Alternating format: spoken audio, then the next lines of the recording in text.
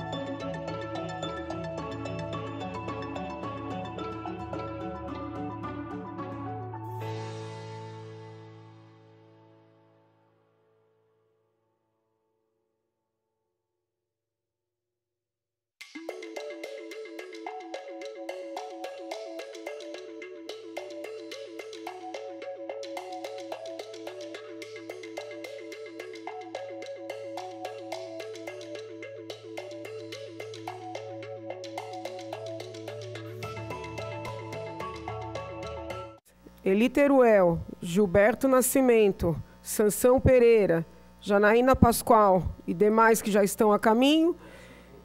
Silvão Leite, muito obrigada, vereador Silvão.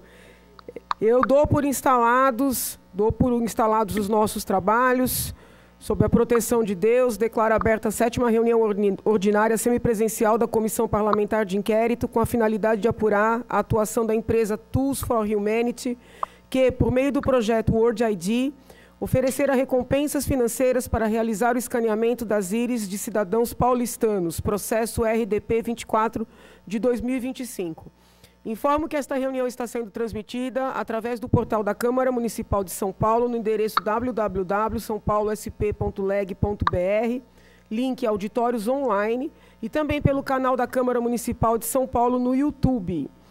Haja vista que estamos com quórum, antes de proceder à oitiva da senhora Mariana Martucci, que já está presente, agradeço a presença, está acompanhada por sua advogada. Qual é o nome da doutora? Doutora Eduarda, agradeço também a presença da doutora Eduarda. Nós vamos só apreciar 3 requerimentos e já damos início à oitiva, tá bom? Então vamos lá para o requerimento de número 33. Requeiro nos termos regimentais, acolhendo a Comissão Parlamentar de Inquérito do Escaneamento de íris, que sejam oficiadas todas as subprefeituras do município de São Paulo, a fim de prestar as informações ora requeridas. Em depoimento prestado por uma funcionária da subprefeitura de freguesia do Ó Brasilândia perante esta CPI, foi relatado que durante fiscalização de rotina, identificaram o estabelecimento em que o projeto World ID operava, escaneando as íris da população que lá comparecia. Segundo a depoente, o fato de haver uma fila extremamente grande de pessoas na porta do local de todas as idades e ainda um segurança logo na entrada causou estranheza, razão pela qual abordaram o responsável e solicitaram a apresentação de licença de funcionamento, o que não foi cumprido naquele momento. Após a autuação, ao apresentar os documentos da empresa, verificou-se que se tratava da empresa Festejola do Brasil Limitada, que havia sido contratada para prestar serviços de escaneamento de íris das pessoas, às quais era prometido o pagamento do valor de R$ 200. Diante do descumprimento de licença de funcionamento, a subprefeitura ordenou o fechamento do local. Considerando os fatos narrados, requer-se seja expedido ofício para todas as subprefeituras de São Paulo, com exceção da de freguesia do Brasilândia, com os seguintes questionamentos. Esta subprefeitura identificou estabelecimentos em atividade em nome de uma das empresas seguintes ou de qualquer outra que tenha se apresentado como representante da World Foundation ou da Tools for Humanity? E aqui seguem os nomes das empresas: IGL Network, Festejola do Brasil, MDG Vetor Serviços e Participações Limitada, NEM Neto Produções, NN Produções Web3 Eventos Limitada, Touch Tecnologia, CV Gestão e Consultoria, GHP Serviços, GHP Prestadora de Serviços Limitada, Madison BR, Juliana da Silva. Se sim, quais serviços estavam sendo prestados? Qual o nome do responsável pelo local? A documentação para funcionamento foi comprovada? Foi identificada alguma irregularidade no local? Se sim, quais? O local continua em funcionamento? Esse é o requerimento de número 33 que eu coloco em discussão, anunciando a presença do nobre vereador João Ananias, a quem agradeço. Está em discussão. Presidente. Não, pois não.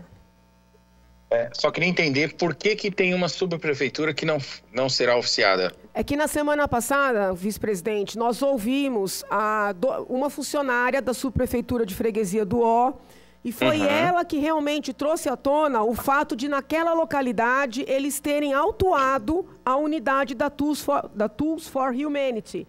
E chamou muita atenção que quem compareceu foi um representante dessa empresa Festejola.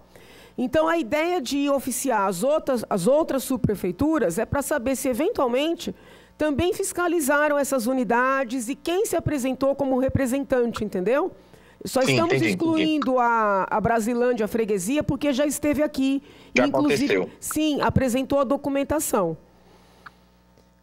Ótimo, tá ótimo. Não Obrigado. havendo mais oradores inscritos, coloco em votação. Como vota a nobre vereadora Eli Teruel? Favorável. Como vota o nosso vice-presidente Gilberto Nascimento? Favorável, presidente. Como vota o nobre vereador Silvão Leite? Favorável, presidente. Como vota o nobre vereador João Ananias? Favorável, presidente. Perdão. Culpa minha aqui, perdão. Como vota o nobre vereador Sansão Pereira? Favorável. Vamos ao requerimento de número 34. Requeiro, nos termos regimentais, acolhendo a Comissão Parlamentar de Inquérito, que sejam convidados os representantes do Instituto Brasileiro de Defesa do Consumidor, IDEC, e da Associação Data Privacy Brasil de Pesquisa, respectivamente, senhores Lucas Marto Marcon e Rafael Augusto Ferreira Zanata, a fim de serem ouvidos nessa CPI. Justificativa. No bojo do processo de número X, está aqui o número inteiro, muito grande, da Autoridade Nacional de Proteção de Dados, as entidades Instituto Brasileiro de Defesa do Consumidor, IDEC, e a Associação Data Privacy Brasil de Pesquisa foram admitidas como amicus curiae e apresentaram suas manifestações em síntese, trazendo preocupações quanto à proteção de dados e quanto à recompensa financeira pelo escaneamento de íris da população no âmbito do projeto World ID. Sendo assim, considerando que se trata de entidades sem fins lucrativos, com ampla experiência nas temáticas de proteção ao consumidor e defesa dos direitos digitais, entende-se que a participação de ambas pode trazer contribuições preciosas aos trabalhos desta CPI, razão pela qual requer-se sejam convidados seus respectivos representantes. Coloco o requerimento em discussão. Não havendo oradores inscritos, coloco em votação. Como vota a nobre vereadora Eli Teruel, nossa relatora? Favorável. Como vota o nosso vice-presidente Gilberto Nascimento?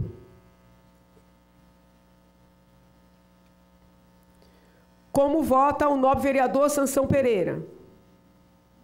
Favorável. Como vota o nobre vereador Silvão Leite? Favorável, presidente. Como vota o nobre vereador João Ananias? Favorável, presidente. Como vota o nosso vice-presidente Gilberto Nascimento? Ele desconectou. Eu voto favorável também ao de 35, como votei no de 34. Está aprovado o requerimento de número 35. Pela ordem, presidente. Pois não. Vereador Eli Teruel. Pois Eu só não. queria entender, são três requerimentos? Vamos lá. O primeiro foi de 33, que foi aprovado. O segundo, que foi o que eu li agora, Sim, de são 34. 3 no total? Isso, esse é agora eu vou ler o número 35, é o terceiro. Ah, sim. É que infelizmente, eu tô com a comissão 1 também do idoso no mesmo horário da CPI. Então, eu tô me dividindo um pouquinho, caso aconteça algum chamamento aí de votação, mas eu vou aguardar o terceiro requerimento, então. Obrigada. Vou ler rapidamente.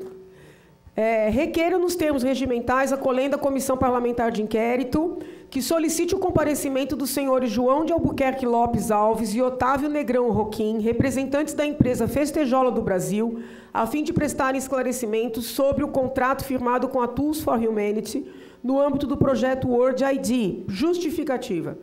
Durante uma oitiva realizada nesta CPI, foi mencionado que a empresa Festejola do Brasil foi responsável por um dos pontos comerciais alugados pela Tools for Humanity para escanear as íris da população, localizado no Largo da Nossa Senhora do Ó, município de São Paulo.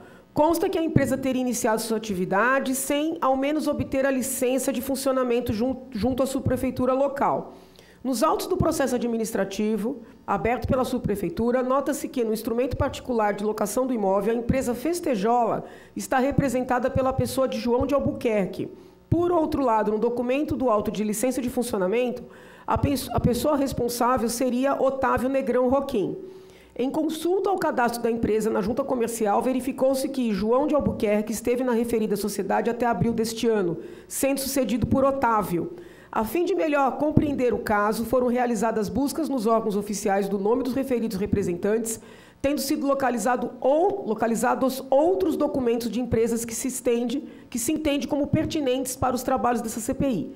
Sendo assim, considerando que ambos os nomes citados estão envolvidos no contrato firmado pela Festejola com a Tools, requer-se sejam intimados João de Albuquerque e Otávio Negrão para serem ouvidos perante esta CPI.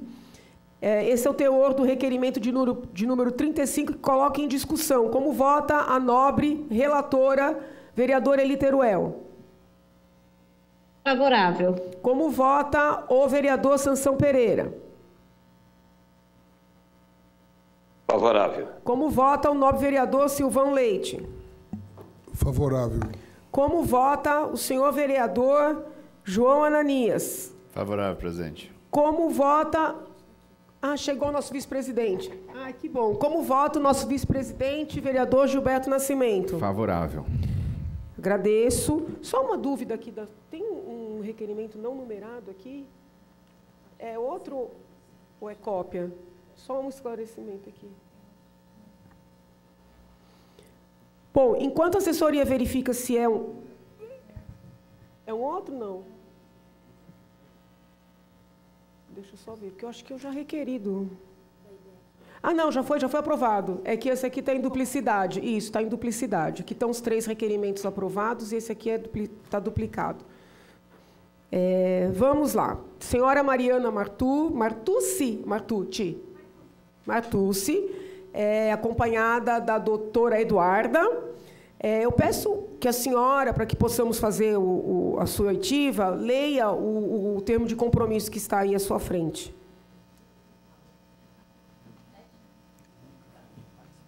Cadê? Aqui? Pronto. Bom dia a todo mundo. Eu, Mariana Giraldelli Martucci, convidada para depor perante a Comissão Parlamentar de Inquérito com a finalidade de apurar a atuação da empresa Tools for Humanity, que, por meio do projeto World ID, oferecerá recompensas financeiras para realizar o escaneamento da íris de cidadãos paulistanos.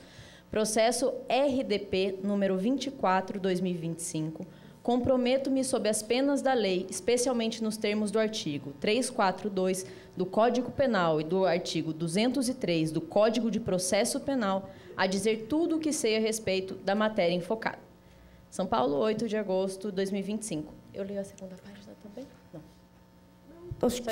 Só esse mesmo. Muito obrigada. Imagina. Então, esclarecendo que a senhora Mariana foi arrolada pelo nosso vice-presidente, vereador Gilberto Nascimento, e eu pergunto se ele deseja iniciar com a arguição e depois eu sigo com as perguntas e passo para os demais colegas. Pode ser? Claro. Então, Vossa Excelência tem a palavra. Bom, o convite da jornalista Mariana Martucci se baseou em 2 matérias. A primeira foi do dia 1º de maio de 2025, que é Word, um projeto de Sam Altman-Gilead Iris, que chega aos Estados Unidos, menos mistério e mais WeChat. Essa foi a primeira matéria. E a segunda, de 22 de maio, que se intitula Eu não sou um robô, como Sam Altman quer provar que você é humano e não era de IA. Ambas as matérias informam que essa jornalista, Mariana Martucci, viajou a convite da Tools for Humanity para o evento At Last, realizado em 30 de abril em São Francisco, Califórnia, em um galpão na orla de São Francisco, onde ocorreu o lançamento oficial da Word ID nos Estados Unidos. Segundo a matéria, o protocolo Word opera com uma dupla promessa: diferenciar humanos de bots mediante verificação de íris e possibilitar, no futuro, distribuição de uma renda básica universal vinculada ao token WLD. Durante o evento foram anunciadas 2 parcerias, um acordo com a Visa para lançar ainda esse ano um cartão físico e digital, obviamente, vinculado ao aplicativo Word, e outra parceria significativa foi firmada com o Match Group, conglomerado que controla aplicativos de relacionamento como Tinder e Hinge. Na segunda matéria, apresenta uma entrevista exclusiva com o CEO da Tools for Humanity, Alex Blania. É isso o nome?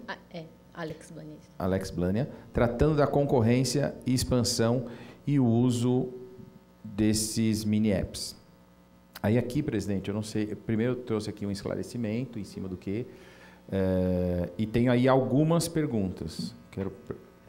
Se Vossa Excelência puder iniciar com a arguição, eu agradeceria. Ótimo, ótimo. Então, a primeira pergunta é: o convite para cobrir o evento partiu diretamente da Tools for Humanity ou de alguma agência terceirizada? Bom dia a todo mundo mais uma vez. Quando eu recebi o convite, foi em meados de março, abril, e na ocasião, hoje em dia eu não estou mais na equipe editorial, mas eu atuava como editora dentro da equipe de jornalistas, e frequentemente a gente recebe convites de assessorias para estar em eventos, viagens, enfim. Não é a primeira viagem, inclusive, que eu faço a convite de uma empresa. E o convite chegou via assessoria de imprensa. E aí a Tools for Humanity trabalha de 2 maneiras. Eles têm uma agência terceirizada, que é a GBR, recebi o convite por eles. E também tinha uma assessora que trabalhava diretamente para a Tools for Humanity, que também participou desse convite. Então, foi um convite casado entre uma assessoria da própria empresa e a assessoria externa que eles trabalham, essa agência, porque a assessora, se eu não me engano, ela atua em toda a América Latina e a agência acaba focando mais na atuação aqui, não só em São Paulo, mas no Brasil, né? Pela ordem, só um minutinho. A empresa justificou o porquê especificamente da revista Exame? Não, a gente sempre cobriu tanto a criptomoeda, né, o Word, que era como o WorldCoin, né, como a empresa até era conhecida antes e depois eles mudaram de nome e ficou só Word, né, protocolo Word. Então, a gente sempre cobriu isso. E a Exame é muito conhecida pela cobertura de tecnologia também, além da cobertura de empresas. Então, a gente já vinha fazendo a cobertura, a gente cobriu bastante quando aconteceu todas as questões com a Iris aqui, especificamente em São Paulo, as filas, a recompensa, enfim. E acredito que tenha sido por isso, por a gente já estar cobrindo o assunto há algum tempo. Obrigado. Segunda pergunta é: a empresa que custeou as passagens, hospedagem, alimentação, diárias, cachê ou outra compensação financeira, além das despesas de viagem? Sim. Quando acontece um convite de uma empresa para a gente acompanhar um evento, que seja, enfim, que esse convite venha de uma maneira externa, eles custeiam a passagem, a hospedagem e a minha alimentação ali. Enfim, se tem algum evento que tem comida, isso, beleza, eles não custeiam, mas é basicamente uma estadia básica, né? Alimentação, estadia e o voo da ida para São Francisco e a volta também. Então, não teve outra compensação financeira além dessas despesas? Não. Cachê, nada? Não, eu sou jornalista. ocupava um cargo ali de jornalista dentro da Exame, então a gente não trabalha com compensação financeira para fazer matérias. Uhum. Tá. Quais os critérios editoriais que a Exame aplica quando um repórter viaja a convite? Existe um teto de gastos ou uma política de reembolso para garantir essa independência? Sim, se eu precisar arcar com qualquer custo extra, né, que a empresa não custeie, a Exame está disposta a me ajudar. Então, sempre que a gente vai fazer uma viagem, a gente tenta entender muito bem os termos, né, até para a gente ver se faz sentido para a gente, que tipo de custo a gente teria. Mas no caso dessa viagem em específico, como eles custearam a minha alimentação e a minha estadia, não tive mais custos além disso. Tanto que eu fiquei os dias só do evento ali em São Francisco. Tem mais 4 perguntas rápidas aqui, presidente, para não tomar o tempo também dos demais vereadores. A redação, quando vocês foram convidadas, ela recebeu algum contrato, algum release ou algum termo de embargo condicionado a essa cobertura? Vou dividir em 2 a resposta. Sobre o release, foi assim, como acontece quando a gente é chamado para viagens, um release às vezes é muito pouco, né? Então a gente combina, eu converso com as assessoras antes, até para entender a pauta, se faz sentido para a gente. E no caso fazia muito sentido editorial, porque eu não sabia, no caso, que ia ser lançado nos Estados Unidos, era um evento que eles não diziam que ia acontecer, mas que seria um grande anúncio. E como tinha uma pessoa do interesse editorial da Exame, que era o Sam Altman, também fundador da OpenAI, ia estar no evento, falei, faz muito sentido para a gente estar lá. Ainda mais com toda a discussão que estava acontecendo sobre a empresa aqui em São Paulo e no Brasil como um todo, de regulamentação, enfim. E então fazia muito sentido editorial. Eu tive uma reunião com elas onde eu entendi mais sobre o protocolo, aprendi um pouco mais sobre ele no geral, e aí entendi que de fato fazia sentido. E a segunda pergunta é sobre contrato não existe, então é só firmar a palavra, né, de eu falar que eu vou. A segunda pergunta... Só um minutinho, por gentileza. Houve alguma forma de revisão, aprovação prévia por parte da empresa, das matérias que vocês... Não. Que era exatamente complemento dessa minha pergunta, que é se tinha alguma coisa condicionada à cobertura ou aceite desse convite. Não. Eu fui simplesmente, eu tinha liberdade total para escrever sobre o que eu queria, e assim como acontece em todas as matérias ali que a gente escreve, a gente não manda isso para aprovação, né? Diferente de agências... Não revisou, então? A empresa não revisou. A empresa não revisou. Só existe uma revisão jornalística interna nossa para isso, mas sem revisão externa. Não houve também, então, ou houve alguma solicitação de alteração na matéria? Nenhum pedido de alteração na matéria. Em ambas as matérias não teve pedido de alteração. E nas matérias...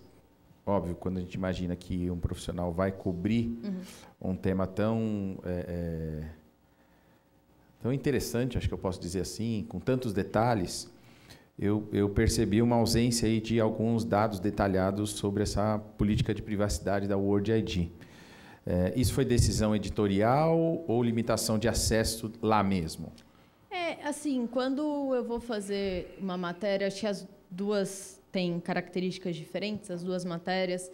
Uma foi a matéria que eu tive que soltar no dia, né? No evento, para dar com essa exclusividade, acho que você até comentou alguma coisa disso antes, para a gente ser o primeiro a dar no Brasil. Então, obviamente, eu tinha me preparado, tinha pesquisado sobre a empresa e os dados que eu consegui que fazia sentido estavam ali. E aí, a hora que foi feito o anúncio, eu complementei a matéria e publiquei.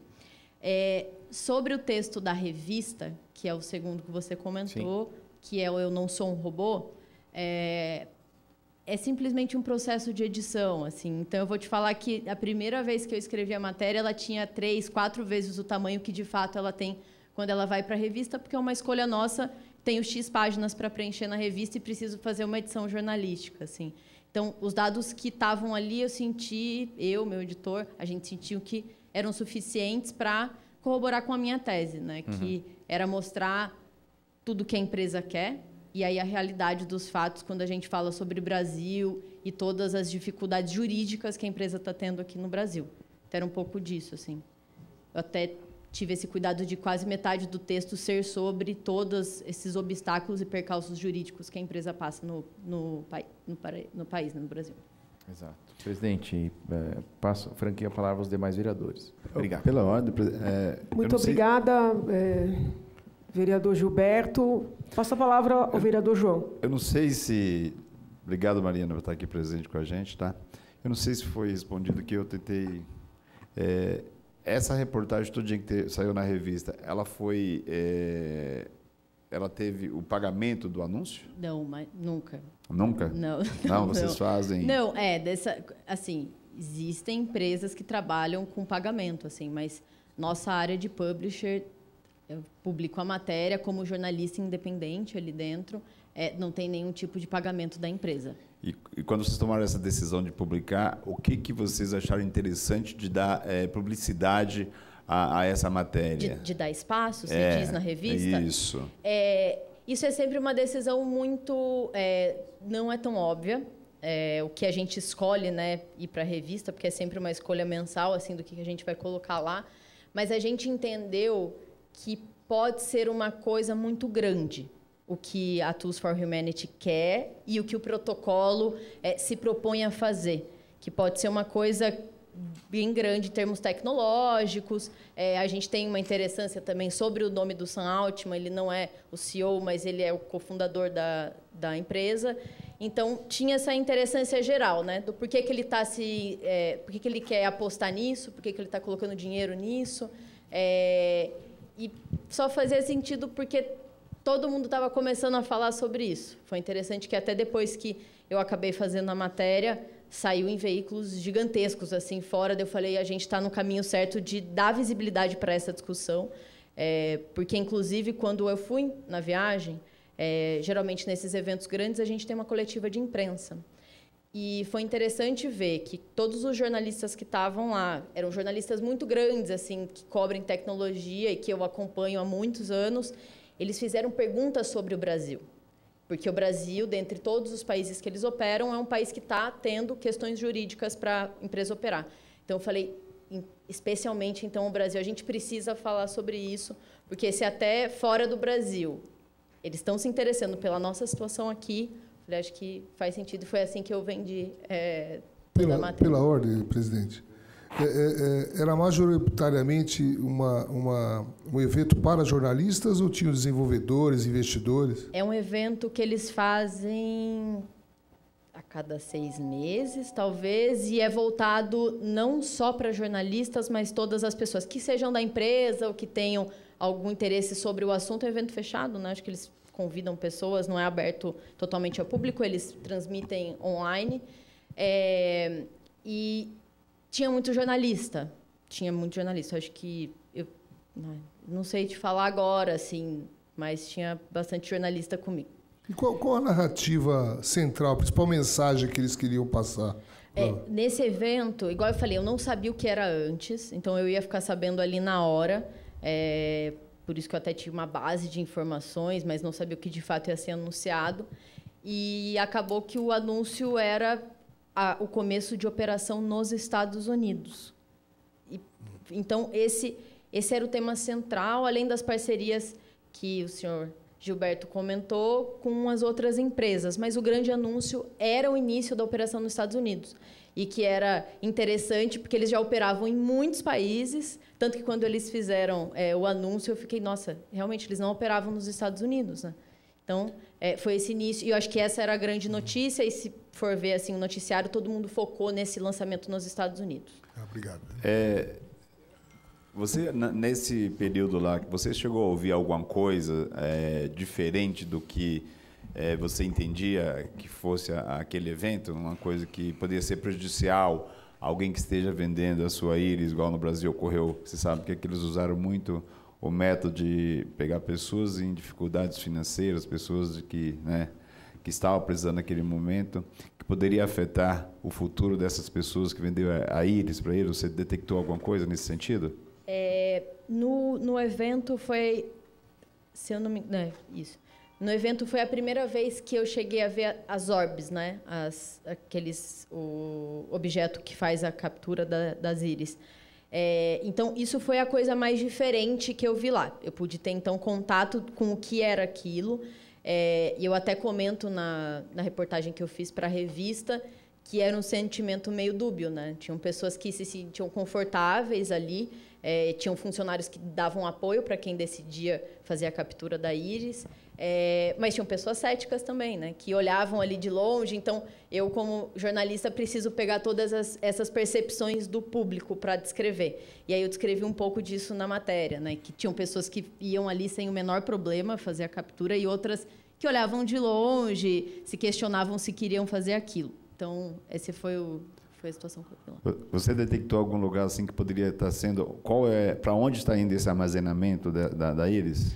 Eu tinha plena noção já de como as coisas funcionavam, porque eu já tinha feito uma busca um tanto quanto intensa sobre a empresa e sobre como o protocolo funcionava. Então, no momento, eu já tinha meio que clareza com o que acontecia exatamente, etapa por etapa ali, desde a captura da íris, como que isso ia para o aplicativo, se tornava uma criptomoeda e como a recompensa acontecia. Para onde você não sabe? Qual é o país onde vai ser, quem está armazenando todo esse arquivo? A única coisa que eu sei sobre isso é que eles se comprometem a ter entidades diferentes para fazer o armazenamento do código, né, criptografado da íris. E esse também é um discurso que eles têm muito forte de transparência, que é usar diferentes entidades para ter esses dados. Então, até aí, era isso que eu sabia. E as entidades, você sabe quais são? Não sei quais são. Eles não sei mostraram... Não sei quais são. Então, eles não mostraram transparência e quais seriam essas entidades? Eles não entraram no detalhe de quais entidades seriam. Só dizem que são entidades diferentes, né? Que é esse código descentralizado e em entidades diferentes. Para se um dia, sei lá, se o sistema cair... tem outros bancos de dados, alguma coisa assim. Entendi. Obrigado. Eu pergunto se a vereadora Eli Teruel, que está conosco, tem alguma indagação a formular. Tenho, sim. Eu gostaria de fazer duas perguntas. Por exemplo, nesse evento, a senhora percebeu, então, que as pessoas colhiam ali os dados biométricos dos presentes ou a íris? No caso, se sim, gostaria de saber se a senhora cedeu seus dados. Pois não, pode responder, depois eu faço a segunda. Tá. Eu vi as pessoas fazendo a captura da íris, sim. Mas é isso, só como tem aquele objeto, ele faz a captura, né? Então, eu só via essa cena da captura acontecendo. A senhora pode explicar melhor que objeto é esse? Não entendi. Sim. É como se fosse uma bola de futebol, tamanho relativamente grande. Na frente tem uma lente de última geração, assim, que é onde a pessoa tem que ir próximo. Aí essa... É uma bola, tá? É como se fosse uma esfera, assim. Então, essa esfera chega aonde ela consegue enxergar os seus olhos e faz a captura. Então, era essa a cena que eu via, né? Não existe, tipo, um computador junto, não. Era só esse objeto. E aí, enfim, isso poderia ir para qualquer lugar. E eu, como entusiasta de tecnologia, fiz a captura, mas por uma decisão própria minha, assim, porque sou curiosa em relação a isso e acabei fazendo a captura, assim. Tá, a segunda pergunta a senhora manteve contato depois do evento com os representantes da TFH ou parceiras dessa empresa? Caso também a senhora responda assim, eu gostaria de saber qual é o teor dessa conversa. A única coisa que aconteceu, depois que eu publiquei a matéria, eu avisei que a matéria tinha sido publicada. Não teve, como eu falei, não teve nenhum pedido de correção, isso às vezes pode acontecer, de eu ter colocado algum nome errado, enfim. Mas não aconteceu, e aí eu só fiz a comunicação que a matéria tinha sido publicada. Foi basicamente isso. E, por último, a senhora tinha algum conhecimento sobre as diretrizes da GLPD que nós temos aqui no nosso Brasil? A senhora poderia informar se o âmbito do seu trabalho jornalístico se ocupou de estudar essas questões regulatórias ou não? sabe se a empresa TFH, de alguma forma, se mostrou aí preocupada no evento de se adequar a cada um dos países que pretendeu implantar o sistema? Sim e sim. Para a primeira pergunta, eu, assim, acho que... As diretrizes, né? Se a senhora conhece as diretrizes da LGPD. Isso. Então, assim, quando eu soube do protocolo, sobre como a empresa funcionava, acho que especificamente essa, além de todas, assim, como envolvia questões de blockchain, Web3, conceitos que não são tão fáceis assim de entender, eu estudei antes de ir para o evento. E no evento foi falado, sim, sobre essas diferenciações de como que cada país está sendo tratado em relação à lei. E como tiveram perguntas sobre o Brasil, então eles falaram um pouco sobre todas as questões que estão passando, mas que estão vendo com todas as autoridades brasileiras para agir conforme a lei aqui dentro. Então, sim, eu tive que fazer uma pesquisa prévia sobre LGPD, entender o que era considerado dado pessoal sensível, como que isso entrava, e a partir do meu conhecimento sobre isso, eu até coloquei bastante na matéria sobre a questão da recompensa com a captura, né? Que isso vai contra algumas diretrizes da NPD e da LGPD também. E mesmo sabendo, né, dessas diretrizes, no caso, você ficou confiante e, por decisão própria mesmo, resolveu doar, né? Doar, que eu digo, fazer a coleta, né? Sim.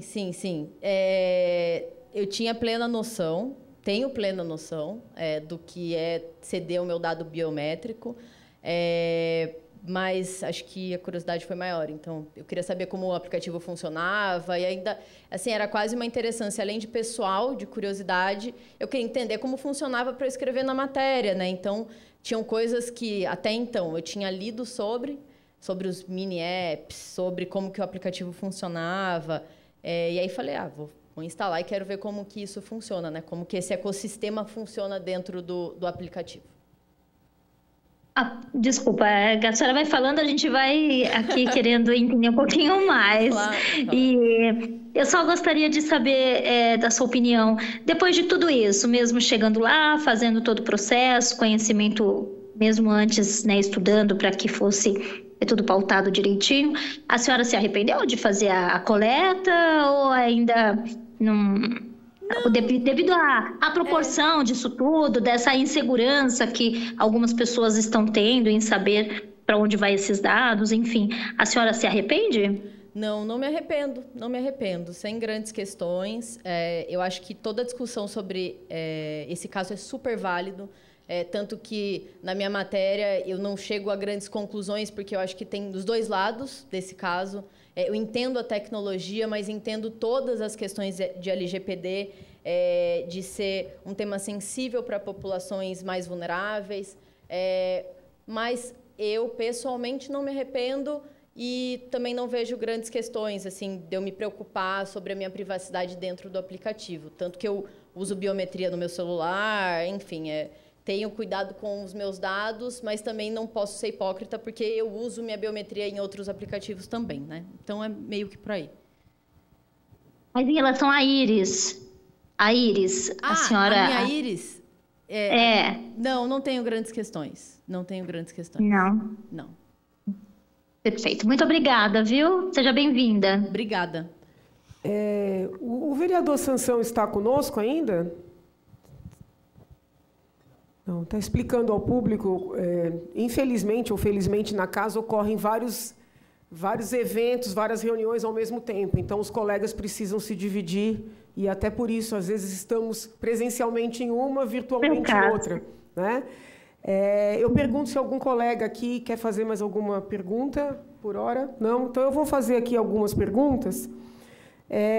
A primeira pergunta que eu faço é a seguinte: quando a senhora teve sua íris escaneada, explicaram para a senhora como é que essa identificação poderia ser utilizada?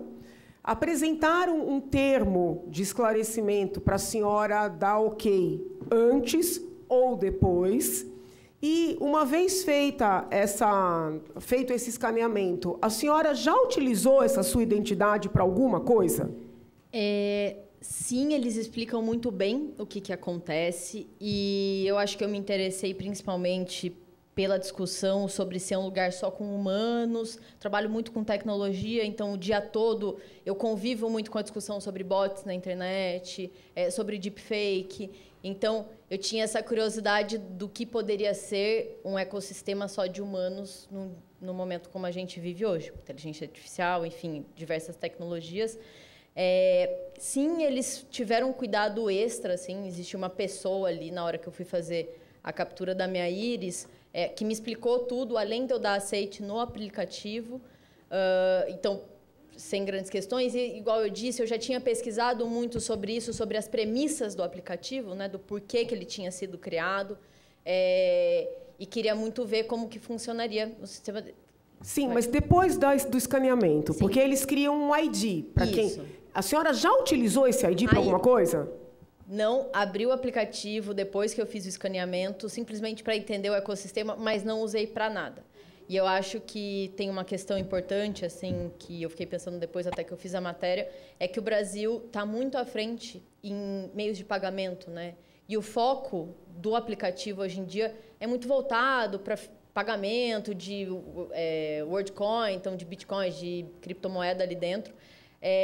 Mas no Brasil a gente tem o Pix, enfim, outras questões, então eu não usei, foi um aplicativo que eu baixei, dei uma fuçada só para escrever a matéria, mas ele está ali. A senhora recebeu pela doação? É inevitável, né? Que quando você faça a captura, o que eles dizem é que assim que você faz a captura da sua íris, isso é transformado num código binário de 0 e 1, que automaticamente é transformado em Bitcoin, né? Então...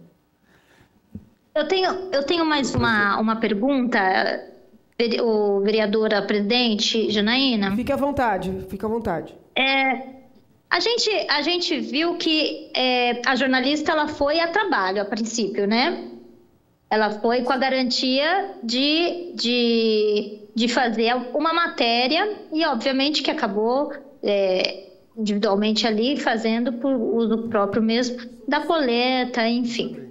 Mas a senhora, dentro da matéria, a senhora não chegou a perguntar para eles qual seria a garantia efetiva que o povo brasileiro, além do tamanho, claro, da empresa ali, qual a garantia, a segurança sobre os dados que eram colhidos ali e exatamente a finalidade dessa coleta? A senhora fez esse questionamento? Sim, claro. Sobre a segurança dos dados, o que... E qual foi a resposta deles, claro, e qual foi a sua impressão? O que eles dizem sobre a segurança dos dados é principalmente, e isso é um discurso da empresa, tá? É que eles não ficam com a íris, eles não ficam com a imagem da íris. Eles capturam a íris, transformam isso num código binário e isso fica armazenado, igual eu falei, em diversas entidades, pelo que eles dizem, e então eles não têm a imagem da íris. Então, ok, eles dizem que não ficam ali com a íris. E a segunda pergunta sobre, desculpa, a segurança e... a segurança... Desculpa, você pode repetir a segunda pergunta? Era sobre a segurança dos dados no aplicativo. Eu não estava conseguindo abrir meu microfone aqui, peraí. A segunda, na verdade, foi do questionamento. Se a senhora questionou devido ser uma matéria, porque às vezes a gente, como a gente está convencida de que é uma coisa legal ou não, a gente acaba não perguntando para o nosso uso pessoal. Mas como a senhora estava apta a fazer uma reportagem, a coleta, a finalidade dessa coleta, a senhora questionou eles sobre a garantia e a segurança do povo brasileiro? Sim. Tá, desculpa, eu tinha esquecido essa segunda parte, mas o que eles dizem sobre o porquê coletar a íris é porque a íris é mais provável que dê menos falso positivo do que uma biometria pelos dedos, né? Pela nossa digital. Então, eles dizem que, por captar a íris, tem menos falso positivo, até poderia ajudar em questões de deepfake, enfim. Então, essa é o discurso da empresa, né? O porquê ser a íris e não ser outro dado biométrico. E sim, acredito que eu vi uns estudos que falam que sim, que a íris pode ser uma coisa um pouco mais assertiva do que os nossos dedos, né? Nossas digitais. E... Sem dúvida. Oi? Sem dúvida, as digitais, né? É muito diferente da íris. E eles dizem também sobre a mudança com o tempo, né? Quando eu fiz a primeira conversa com a empresa, eles falavam que a decisão pela íris é que ela é menos mutável ao longo do tempo do que as nossas digitais, né? Que estão mais expostas. Enfim, então essa era a decisão pela íris. Senhora Mariana... Só a última pergunta, presidente. E qual a certeza que a senhora possui aí que os dados captados da íris não teria, de repente, uma utilização maliciosa? A senhora não entende dessa forma? Ou claro, não sentiu? Claro. Assim, eu acho um pouco delicada essa questão, porque quando, igual eu falei, eu trabalho muito com empresas de tecnologia todos os dias, né? E é sempre o que eles nos dizem. Eu não consigo, talvez, ir até uma entidade que eles operam os dados e verificar exatamente.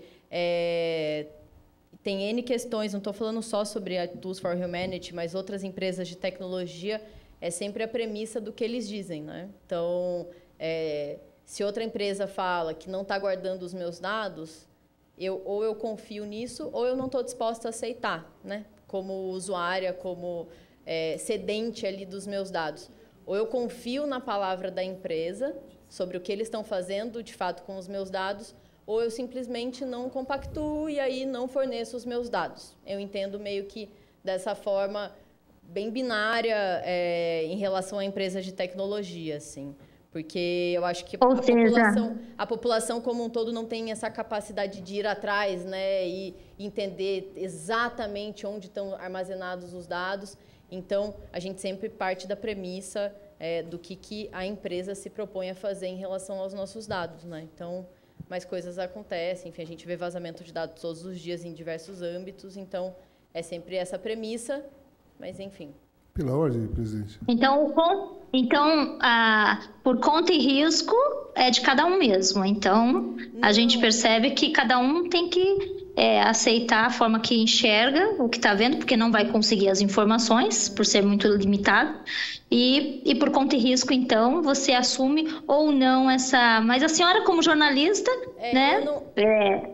Desculpa, mas não exatamente. Não exatamente. Assim, eu sinto que não é tão preto no branco a questão de ceder os dados. Eu digo em relação à premissa da própria empresa, né? Do que eles dizem fazer com os nossos dados. Mas eu entendo que não é tão preto no branco quando a gente fala sobre pessoas que não têm o conhecimento necessário sobre ceder dados pessoais. Então, tem pessoas, como a gente viu o caso em São Paulo, que cediam os dados pela moeda de troca, que era dinheiro. Então, não sinto que todas as pessoas estão capacitadas da mesma maneira para ter o entendimento do que é ceder os dados ou não. Eu acho que o que eu disse é mais da premissa da empresa, né? Não da premissa de cada um sobre dar os dados ou não. Eu não acho que é tão preto no branco sobre o pessoalmente ceder dados ou não. Obrigada. Eu que agradeço, senhora vereadora. O vereador João tinha uma última pergunta e o vereador Silvio também. Mariana, tem duas coisas que você falou agora que é importante a gente só fazer uma pergunta, porque você disse o seguinte, que ela veio, mas ela pagou até passagem para jornalistas ir a esse evento, né? Investiu muito dinheiro e, pelo que você está falando, ela não está pensando em lucro. Como que ela, então, investiu nisso? Ela não está pensando em vender isso para alguém? E quando você, já emendando a segunda questão, já pergunta para você, quando ela escolhe essas pessoas mais pobres, como foi o caso que eles escolheram periferias para pegar essa íris, ela não usou da má fé também de usar pessoas ingênuas? E as pessoas ingênuas, elas sabiam que elas podem ser prejudicadas no futuro? Então, assim, complementando as duas, já que ele não está pensando em lucro, ele pagou pela... Né? E ele não pensa em vender isso. Você poderia entender, dar mais ou menos assim, um esclarecimento sobre isso? Que eles falam que não querem ter lucro, certo? Sim, sim. Isso é uma questão que eu também não sei direito a resposta sobre essa empresa dar lucro ou não, tanto que é uma coisa que eu questiono na matéria, sobre ter tido rodadas de investimento, onde empresas colocam dinheiro da empresa e a finalidade não necessariamente ser o lucro. Então, esse é um questionamento que eu faço na matéria, né, do porquê, porque, assim, quando eu fiz as entrevistas, é sempre voltado a um propósito. E não necessariamente esse propósito é financeiro. Tá? É uma proposta muito mais universal, igual eu falei, que no limite seria a divisão de renda básica universal. Sim. Esse é o propósito, né, da empresa. E a segunda pergunta sobre... Porque eles escolheram pessoas que não têm conhecimento igual você, tem conhecimento, sim. E pessoas que escolheram a periferia da cidade de São Paulo, por exemplo, para fazer... Eu vou só complementar uma coisa que você falou da primeira pergunta que eu esqueci. É de praxe chamar jornalista, tá? Por queira a empresa dar lucro ou não. Isso é de praxe, chamar para cobrir eventos e tudo mais. Então, acho que isso não é uma grande questão. E sobre a escolha... Mas deixa eu só retornar aqui. Eu perguntei isso porque, assim, na verdade, quando você respondeu na pergunta anterior da vereadora Eli, você diz o seguinte, que ela não pensa em vender, ela vai doar para várias entidades, certo? Mas ela não quer dizer que... Ela não falou se ela ia vender, não é isso? Se ela ia vender essa íris, se ela está vendendo esse íris. Isso, né? Definitivamente não sei. O que eles falam é o armazenamento, né, dos dados em diferentes entidades. Aí eu não sei se existe alguma moeda de troca. E sobre a escolha de onde que tinha sido... Eu não fiz nenhum questionamento sobre, especificamente aqui em São Paulo, onde eram os pontos de coleta. Mas fiz algumas perguntas do porquê que eles começaram em países emergentes e não pelos Estados Unidos, que acho que foi esse o grande ponto central da minha matéria, assim, do porquê começar em mercados emergentes e não nos Estados Unidos. E aí, quando eu fiz essa pergunta, igual estou falando aqui, não é uma percepção minha, é simplesmente uma resposta da empresa. Eles disseram, o Alex Blum, inclusive, o CEO da Tools for Humanity, falou que não era a intenção. Que não existia uma intenção de começar em mercados emergentes e ir para os Estados Unidos. Mas uma leitura que eu fiz foi até por uma mudança de mercado regulatório nos Estados Unidos em relação a Bitcoin, enfim. Essa foi daí a minha leitura em cima do que a empresa me respondeu. Mas eles dizem que não tem nenhuma questão sobre as escolhas dos locais. Essa foi a resposta que eu tive sobre isso. E por que eles usaram...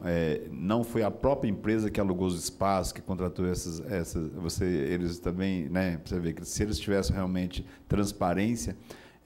eu estou fazendo agora um comentário assim. Sim. Se eles tinham realmente a transparência, por que eles próprios não vieram aqui e locaram esse espaço, né?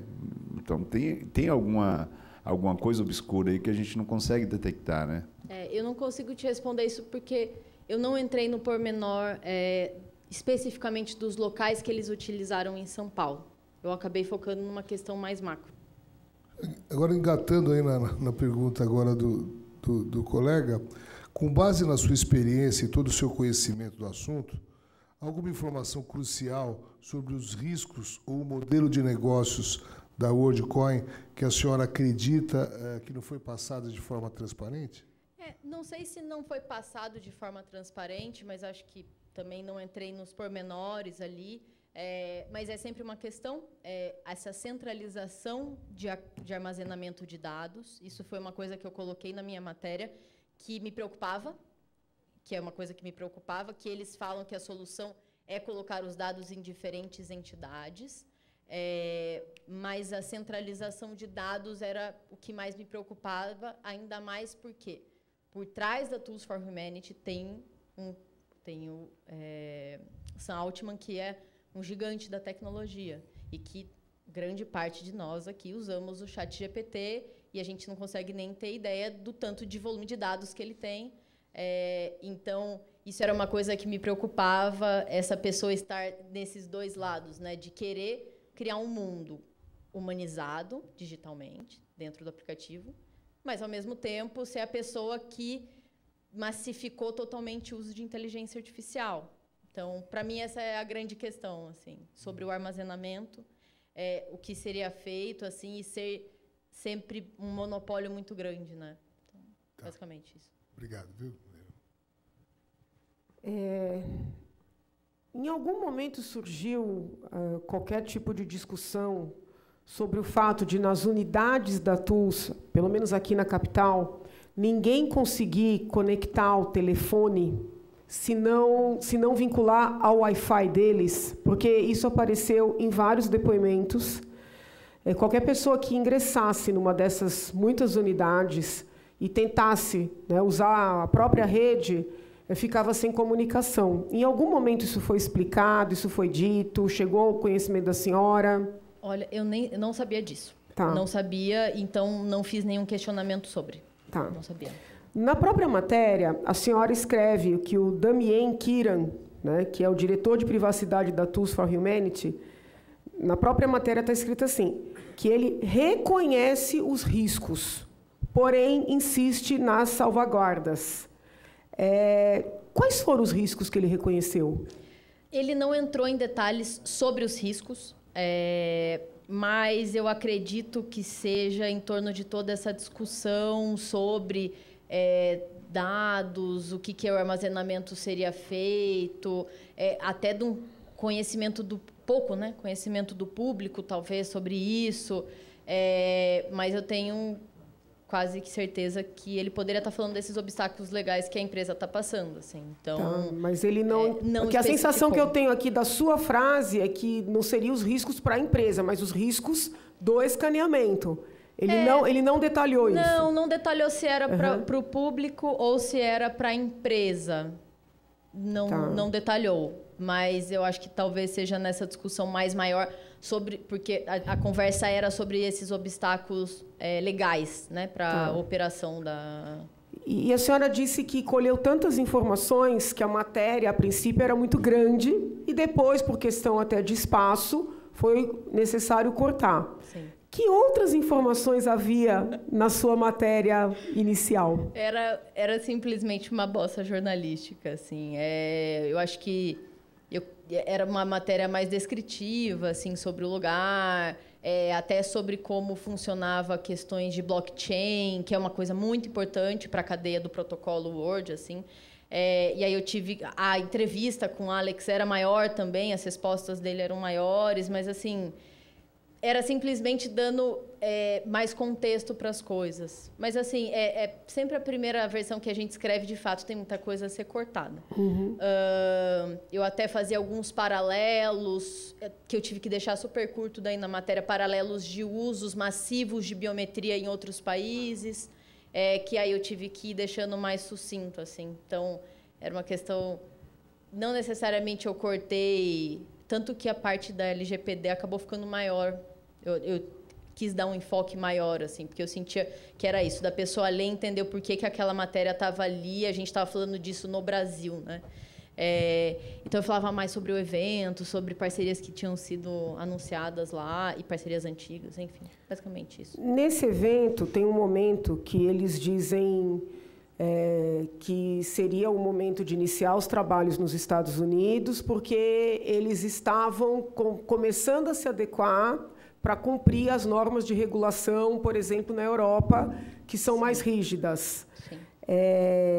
Eu tenho aqui uma dúvida dessa parte, porque a senhora disse o seguinte, que a percepção é de que no Brasil eles estão tendo mais problemas do que no resto do mundo. Sim. Só que pelo nosso levantamento, inclusive com fulcro no processo que tramita perante a Autoridade Nacional de Proteção de Dados, eles seguem impossibilitados de trabalhar, por exemplo, em Portugal, tem restrições na Alemanha. Então, o que a gente levantou é diferente do que a senhora traz no depoimento. Eu queria entender se a senhora traz essa informação com base no que ouviu no evento ou se a senhora efetivamente fez uma pesquisa, uma investigação. Quando eu fui fazer algumas pesquisas sobre a empresa, eu tive um pouco de dificuldade de achar um pouco mais de informação sobre o que de fato eram as restrições nos outros países. Tanto que na matéria eu acabo citando só onde eles não podem operar com recompensa financeira. E sim, eu fiz questionamentos sobre dificuldades na Europa e nada me foi trazido, assim, porque é difícil também eu me basear, às vezes, em relatos na internet e tudo mais. Nesse momento, a gente acaba se acreditando ali na palavra da empresa. Obviamente, a gente faz o nosso trabalho de investigação por trás também, mas foi um ponto que eu trouxe. Especificamente, eu fiz essa pergunta sobre restrições na Europa e sem grandes questões, assim. Então, eu acabei focando onde, de fato, eles não podiam operar com a recompensa. A senhora afirmou que o Sam Altman não é o CEO, né? Ele é o fundador da Tools for Humanity. Quem é o CEO? O Alex Blania, que foi com quem eu fiz a entrevista. A entrevista, tá.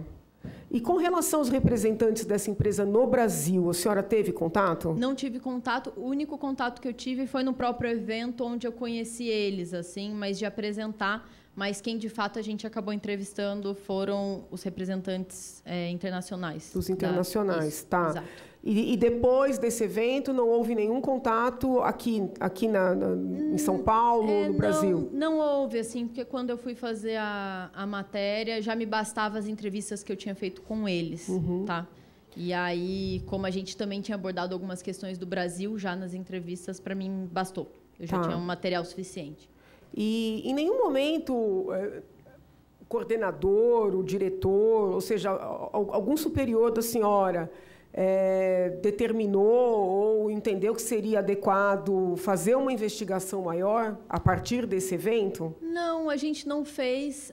A gente se baseou nos dados que a gente tinha disponível, com as coisas que eu conversei com os representantes da empresa, questões da LGPD que eu já tinha conhecimento.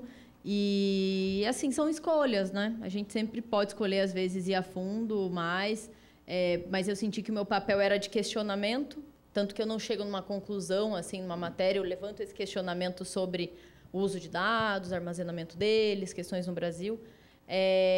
Mas, enfim, é sempre uma possibilidade e uma decisão. Não fui até porque não sou necessariamente jornalista investigativa, assim, acho que eu teria que me debruçar alguns meses e não era a proposta necessariamente dessa matéria. Assim, eu queria apresentar o protocolo para que as pessoas conhecessem, porque era uma coisa que estava sendo mais falada, e levantar essas questões de obstáculos jurídicos no Brasil.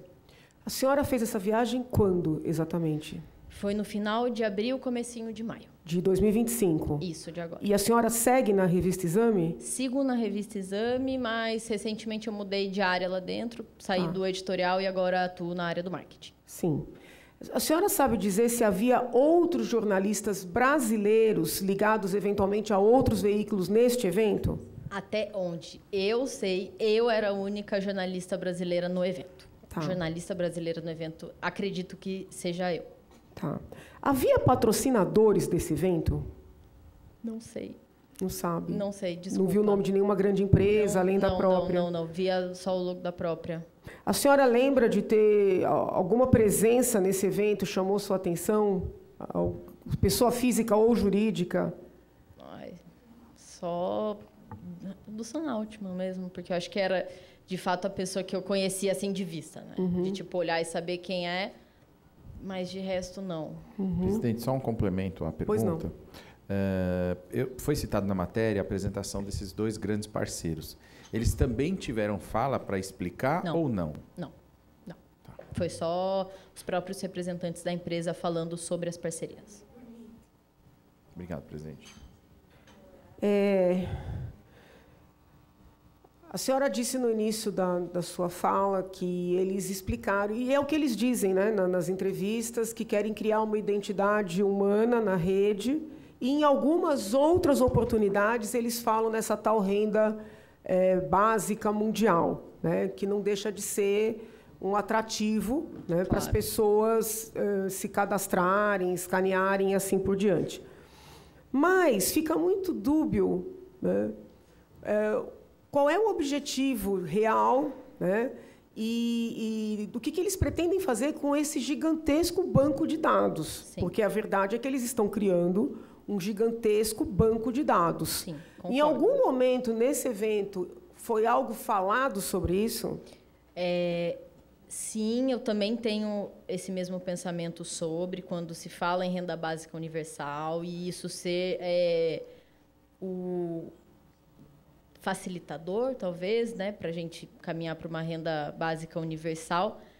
Tanto que eu não tive grandes respostas sobre isso, até porque eles estão longe de conseguir isso. Eu sinto dados números, dados mundiais deles.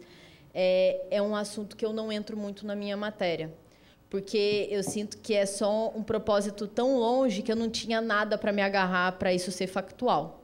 Então, era muito o discurso do propósito, né? Igual eu falei aqui. Eles se baseiam muito nesse propósito. E eu sentia que era uma coisa meio longe demais, ainda mais no Brasil, que eles estão com tantas questões legais, assim, e é um assunto delicado, porque a gente tem programas sociais no Brasil que, de alguma forma, não sei se beneficiariam de um uso massivo, né?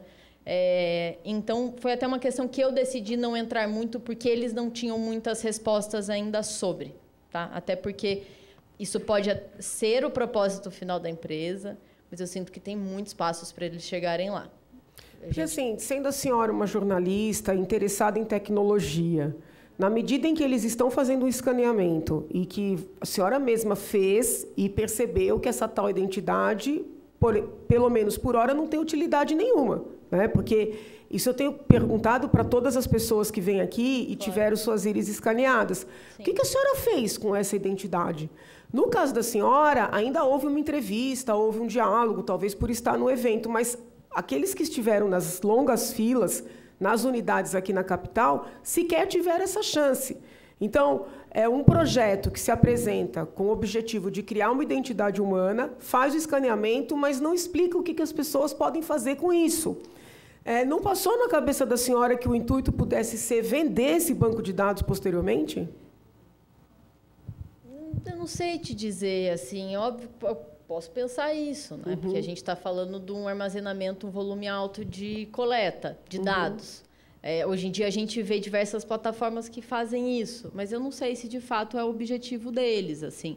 E eu acredito que seria mais benéfico se tivesse essas respostas, se tivesse uma pessoa orientando, mas talvez seja pouco palpável e isso não mudasse muito na decisão de quem está dando a íris, assim, sabe, o objetivo. Talvez o objetivo final fosse a recompensa financeira, né? Então... E nesse evento, eles falaram alguma coisa sobre ideias de, vamos dizer assim, estender esses trabalhos, alargar, como, por exemplo, parcerias com empresas de entrega para fazer escaneamento a domicílio, ou parcerias com sites de namoro, de encontros. Eles fizeram alguma apresentação nesse sentido, como estratégias? Eles fizeram, no evento especificamente, além da parceria com a Visa, que foi o maior anúncio, igual eu falei, para a gente, às vezes parece que não é muito grande, porque a gente tem um sistema financeiro muito avançado aqui no Brasil, digitalmente falando, né? Mas foi uma grande parceria, e eles anunciaram a parceria com o Match Group, se eu não me engano o nome deles, Match Group, que são os donos do Tinder, que, querendo ou não, acho que é um dos maiores plataformas de namoro hoje em dia. E eles têm uma aspiração universal, tanto que eu coloco até essa frase, eu acho, na matéria, assim, sobre a aspiração universal do projeto.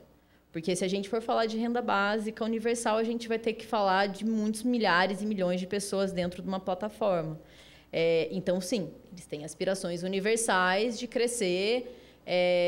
E quando eu fiz questionamentos, né, sobre a recompensa financeira para a captura da íris, essa é uma justificativa, né, de você só consegue criar... Justificativa da empresa, no caso, mas...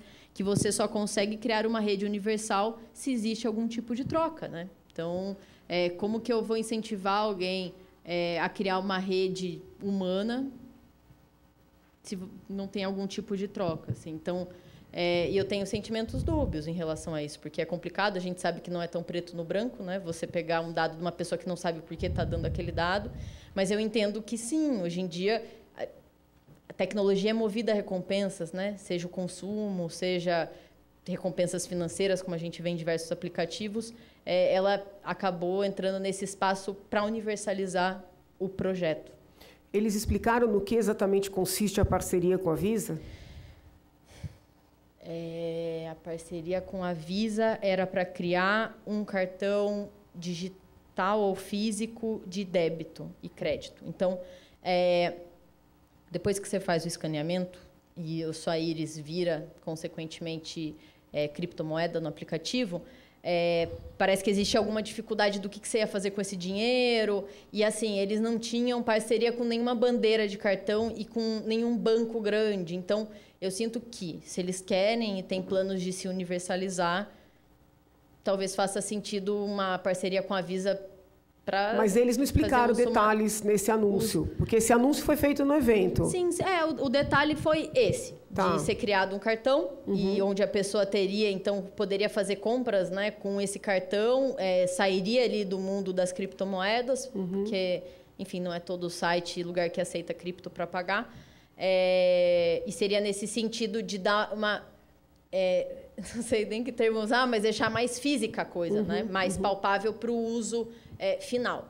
Mas, igual eu falei, acho que no Brasil, como a gente usa Pix, tem um sistema... Você vê que o que hoje em dia ele se propõe na atualização também do aplicativo parece muito o exercício que a gente já tem de uso de Pix e pagamento digital no Brasil. E também esse é o motivo do interesse tão grande deles pelo Brasil, né? O Brasil tem um ambiente digital muito avançado, de pagamentos. Eles não me falaram de nenhuma possível parceria com aplicativos de delivery, por exemplo, que a gente sabe que é um uso bem grande aqui no Brasil, mas não me falaram nada em relação a isso. Tentei até entender se tinha uma nova parceria que seria anunciada. Eu não sei se eu respondi toda a sua pergunta, mas... Eles explicaram no que consistiria a parceria com a Tinder? A pessoa, para fazer o perfil, vai ter que escanear a íris? Isso. Basicamente isso. Você teria que estar dentro do ambiente da World para você ser considerado humano. E aí aconteceria essa junção entre o seu aplicativo, ali, seu perfil no aplicativo, com a sua identidade humana digital. Mariana, você falando assim, quando tem a bandeira Visa participando, será que não seria, estou te fazendo uma pergunta ao mesmo tempo questionando, seria uma intervenção dos Estados Unidos pensando em pegar a nossa tecnologia do Pix, por exemplo, porque automaticamente quando você vai usar o Pix com esse novo método futuramente o Pix vai poder ser compras parceladas, né? Sim. Seria possível, então, no caso, a bandeira Visa, pensando nesse tipo de transação, porque ela vai perder espaço automaticamente, quando o Pix começar a realmente parcelar, ela vai perder mercado, né? Seria, pensando nisso, você entendeu assim mais ou menos o que você está falando aí? Seria isso? Olha, eu acho que não, tá? Eu nem sei se acaba sendo muito o caso da discussão aqui, mas sempre que eu me deparo com outros países, assim, quando eu vou estudar um pouco métodos de pagamento em outros países, a gente está tão à frente que não sei se seria uma questão, assim, especificamente isso do cartão físico, até porque não... O cartão físico é só um cartão físico como a gente conhece, assim, sabe? Então, e eles também não fizeram nenhum anúncio ou sinal que fariam uma parceria com, sei lá, o Banco Central nosso, ProPix. Então, o que eu senti é que a gente está muito avançado, que eles querem estar no nosso ecossistema, porque a gente faz um uso massivo de redes sociais. Os brasileiros são muito digitalmente conectados. E a gente tem esse ambiente muito vivo de pagamento. Acho que é meio que isso. Eu não sei se eu juntaria as duas coisas. Seria essa rebeldia hoje que o governo americano está pensando, tem uma conexão com isso hoje, né, na íris aqui? Eu acho que não. Eu acho que não, até porque eles esperaram bastante para operar nos Estados Unidos, até para sentir que lá era mais favorável regulatoriamente. Tanto que eu não tenho a resposta para isso, não é um sim ou não, mas o que a gente sente como jornalista é que eles apostaram agora nos Estados Unidos porque o ambiente está mais favorável.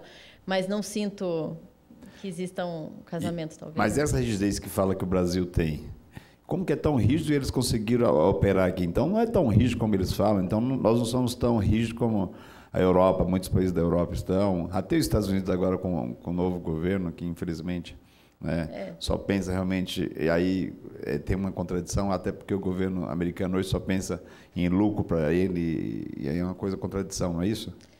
Assim, quando a gente olha um pouco questão de regulamentação online, o Brasil teve diversos avanços com a LGPD, sem dúvida, assim.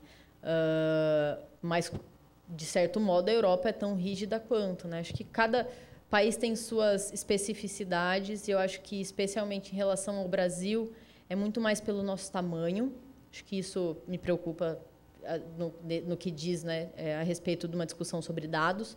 A gente é muito grande e também um possível desconhecimento da população em relação a dar os dados. Quando a gente faz algumas pesquisas, alguns estudos, a gente vê que, pelo nosso tamanho, a gente não tem tanto controle sobre o quanto as pessoas sabem sobre os próprios dados, né? Então, é isso. Se eu aprendo todo dia sobre o que é dado pessoal e sensível, então imagina o resto da população. Só para me já terminar, presidente. Você vê, né? Você que tem conhecimento, que estuda a tecnologia, tem uma dificuldade de entender para onde vai.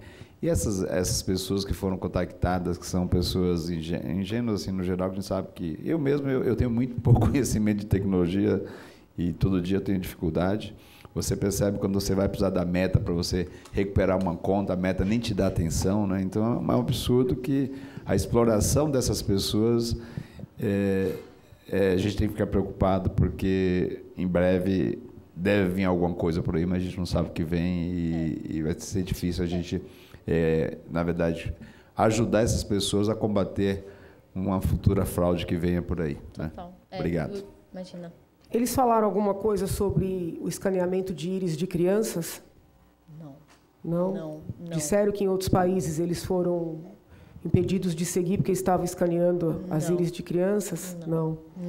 Eles falaram alguma coisa sobre esse processo de divisão do material que é colhido entre várias instituições e no que isso ajuda na tal da anonimização e se seria possível reconstituir esses dados? Eles entraram nesse detalhe ou não? Eu fiz essa pergunta para eles, do tipo, tá bom, isso vira um código binário, mas e para a gente voltar, né, esse processo? Eles dizem que isso não é possível, até porque quando eles não têm a imagem da íris, isso é só um código, é muito difícil você voltar ela para o que ela era, né? A gente teria basicamente que ter uma foto da íris e o escaneamento da íris e falar, eles são iguais. Então, eu fiz essa pergunta e o que eles dizem é que não é possível reconstituir, porque eles não armazenam em momento nenhum a foto da íris. Tá. Mas que lógica tem, né, se é que isso foi debatido, você fazer esse processo que inviabiliza a reconstituição, mas, ao mesmo tempo, fazer uma identidade sem explicar para as pessoas para que serve? Eles estariam jogando dinheiro fora? Olha, é complicado falar sobre jogar dinheiro fora, assim, ainda mais a gente que acompanha tantas empresas, assim. Eu sei que é difícil quando, sei lá, eu sentei para entrevistar o Alex Blania. É muito difícil eu, como jornalista de negócios, me apegar só a um propósito, né? Então, essa é a dúvida também que eu tive, assim, o quão rentável isso é. E não necessariamente é uma questão para eles hoje em dia. Assim, é muito mais sobre o propósito da empresa, de ter esse mundo de humanos, enfim. É muito mais sobre o propósito que o lucro, tá? E é uma coisa que eu pergunto sempre, porque, enfim, trabalho na Exame, a gente cobre empresas, então, para mim, é muito importante essa questão, né, do que a empresa vai ter em troca, o que ela vai receber de lucro. Tanto que eu cito, a única informação que eu tinha era sobre o aporte financeiro que eles receberam no último ano, mas eles se apegam muito a esse propósito maior. Eu não sei exatamente como eles vão rentabilizar isso, se é simplesmente com o jogo das criptomoedas ali, de valorização, desvalorização, eu não sei. Mas foi uma questão também para mim quando eu escrevi. E o que a senhora apurou sobre esse tal aporte? O aporte, ele é o que também a empresa diz, né, sobre quanto eles receberam de rodada de investimento. Então, de outras empresas, acho que era 115 milhões de dólares, se eu não me engano, mas está na matéria isso, mas se eu não me engano, são 115 milhões de dólares no ano passado. E lembra quais foram os principais investidores? Não. Desculpa, eu não lembro agora. Mas eu fui atrás e eu tinha o nome das empresas, mas agora, desculpa, eu não vou conseguir te falar. Tá. A senhora tem alguma informação que a senhora considera que tenha sido importante, seja no evento, seja nos diálogos, que queira compartilhar conosco? Eu acho que, assim, esses eventos tendem a ser muito pragmáticos, né? Então, é um evento de anúncio de uma novidade, então, obviamente, eles têm um script ali na hora da apresentação para seguir, não existe uma interação com o público até, né? São eles que apresentam e depois a gente vai para a coletiva fazer as perguntas. Então, era muito importante essa pesquisa prévia minha, né? Porque, como é tudo muito pragmático, eu tinha que ir lá sabendo questões, enfim. Eu achei importante esse interesse pelo Brasil, principalmente porque a gente está muito avançado e para eles seria muito benéfico, né, estar no Brasil, atuando no Brasil pelo, igual eu disse, tamanho da população e o uso massivo de dispositivos móveis. Foi uma coisa que eu não sabia anteriormente, que eu só soube perguntando para as pessoas lá, principalmente para os que olham América Latina. Perguntei um pouco, né, das especificidades do Brasil e tudo mais. Foi interessante também ver como a Orbi funcionava, né, o dispositivo de captura, como que ele funcionava, porque eu sempre via a foto, parecia uma coisa muito futurista, assim, então também foi importante. E a conversa com o Alex Blania também foi interessante. A gente falou um pouco, não sobre a empresa necessariamente, mas um pouco sobre questões tecnológicas, novidades. Então, foram esses pontos que mais me interessaram. Em algum momento eles disseram para a senhora por que, no Brasil, eles escolheram São Paulo? Não, mas eu acredito que seja pelo tamanho da população. Porque, assim, se eles têm... se eles querem... Eu ia usar um termo em inglês, mas usar quem adota recém-adotantes, pessoas que adotam rápido, né, uma tecnologia, eu sinto que tem algumas questões, mas são percepções minhas, assim. Eu acredito que talvez seja pelo volume de população. Tá? Não sei exatamente, mas se eles têm aspirações universais, se eu fosse uma empresa de fora, eu olhasse o Brasil, talvez São Paulo fizesse sentido para começar. Assim. Então, além de ter talvez pessoas que estão mais ligadas à tecnologia e maior volume de população também. Tá. Quer perguntar? Quando você fala de população, a China não seria a população mais, né, seria atrativa, até porque pela quantidade hoje, mais do que o Brasil, claro. Aí pode ser que seja, não sei, aí estou fazendo já minha respondendo ao mesmo tempo, porque pode ser que São Paulo seja a capital hoje da América Latina com mais poder aquisitivo, seria pelo poder aquisitivo, seria isso?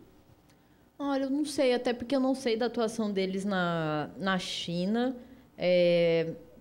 Falei mais especificamente sobre Brasil, assim, porque seria São Paulo. Acho que pode ser pelo volume de população. Mas eu não sei todos os países que eles estão atuando. Desses emergentes aí, qual você acha que eles estão atuando? Você chegou a ouvir algum outro país emergente que eles estejam atuando, fora o Brasil, assim? Tem alguns, né? Vários. Aqui na América Latina eles atuam no Chile, se eu não me engano. Eles atuam na Argentina, acho também. Mas, assim, no geral, se a gente fala de países desenvolvidos e em desenvolvimento, o Brasil talvez seja o maior, e principalmente de uso mais massivo de rede social. E de países desenvolvidos, tem a Europa, que eles já têm uma atuação na Europa, mas o que me chamou a atenção foi não atuar ainda nos Estados Unidos, basicamente. Tipo, esperar atuar. Eu fiz essa pergunta, que era... O que vocês esperaram? Foi um tipo de assim, testar, né? Se funcionava, quais problemas que davam, para ir ajustar e chegar muito redondo nos Estados Unidos. Essa foi a minha dúvida, assim. Igual eu falei, eles falaram que não era necessariamente a ideia. Entendi. Bom, tem mais alguma pergunta? Quer acrescentar mais alguma coisa? Não, gente. Se vocês tiverem qualquer outra pergunta, fiquem à vontade. Doutor Eduardo, quer se manifestar? Não? Então, nós agradecemos imensamente a sua presença, a sua colaboração. Ficamos também abertos a receber qualquer tipo de complementação, tá? Tá bom. E até uma próxima. Obrigada, gente. E eu, assim, se puder pedir aí como cidadã, que a senhora siga, né, nessa apuração, nessas entrevistas, claro. Porque o medo que há é que um trabalho jornalístico possa servir, e eu sei que não foi essa a finalidade, mais como propaganda do que como apuração, entende? Claro. Então, claro. Se puder seguir, talvez ouvindo as pessoas que tiveram suas íris escaneadas, muitas têm medo de depor, mas quem sabe para um jornalista se sintam mais confortáveis para falar. Né? Eu agradeço imensamente. Imagina, gente. E fique absolutamente à vontade. Até a próxima. Obrigada, doutora. Obrigada, gente. Obrigado. Eu pergunto se o senhor Nilson, que a princípio seria ouvido hoje também, o senhor Nilson dos Santos, está presente, ou algum representante? Não? Bom, pergunto se os colegas têm alguma consideração, algo a acrescentar. Não, só agradecer mesmo, presidente, a presença da jornalista Mariana. O intuito é exatamente esse, que a gente possa entender e esclarecer cada vez mais as atitudes de uma empresa entrando na cidade de São Paulo, entrando no Brasil, e que estão deixando muitas dúvidas e muitas preocupações, como a gente já tem ouvido. Então, parabéns pelo trabalho. Muito obrigada. Está encerrada aqui a nossa sessão. Nada mais havendo a tratar, declaro encerrada essa 7ª reunião ordinária da CPI. E a Secretaria enviará a todos os membros a convocação para a próxima reunião, mas que eu já antecipo que acontecerá terça-feira que vem, às 10h30 novamente. Muito obrigada.